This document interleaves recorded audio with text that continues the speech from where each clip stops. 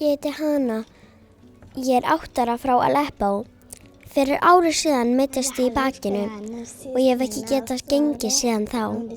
Mamma mín heyrði sprenginguna og fór með mig á spítalann. Við vorum þar í 10 daga. Eftir það fórum við ekki út úr húsi í 3 mánuði því ég var hrædd og gat ekki einu sinni leikið við systur mínar. Ég mjög hrifin af barnaverndarsvæðinu. Þegar ég var heima komu sjálfboðaliðar og fóru með mér þangað að syngja, leika og teikna og föndra. Ég hætti í skóla í 1 ár. Ég byrjaði aftur í 1. bekk og svo fór í 2. bekk. Ég á 3 vini. Það sem mér líkar best við skólann minn kennarinn minn, María, vegna þess að hún kennir okkur að lesa og skrifa og læra stærðfræði. Ég elska hana mjög mikið.